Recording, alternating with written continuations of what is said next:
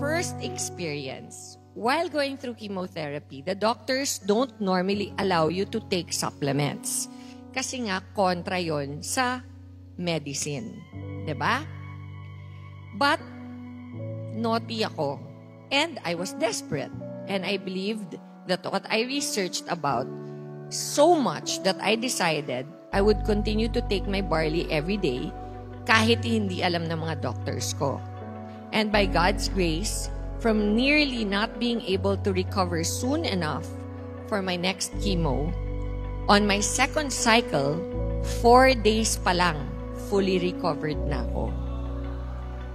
The doctors also told me, this is my second experience, that my period would completely stop. Imagine 31 years old pa lang ako.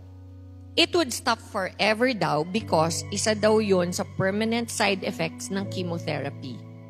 Instant menopause. Imagine that ringing in my ears. So I prayed so hard and I believed I would be blessed with another child.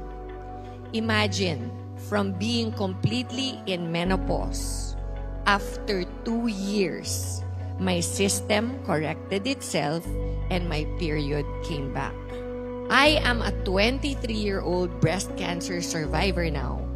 Jesus allowed my pain to become my purpose, which is why I'm standing in front of all of you today.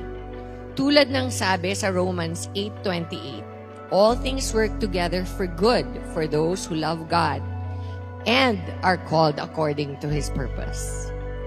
From then to now, I take my barley every single day. I made it my goal to bring it to the Philippines and turn it into a household name na sana madaming matulungan at mabago ang buhay by giving a second chance just like what was given to me.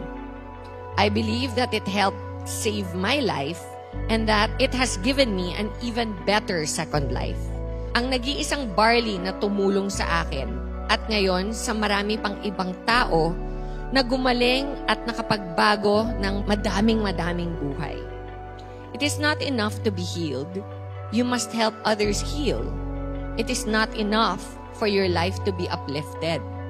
It is your obligation to teach, help, and show everyone around you how to help themselves also so that their lives will also become better. I am Maritoni Fernandez. I am Diamond. I am your one and only Barley Queen. And I am worldwide. Salamat, and to God be all the glory. God bless you.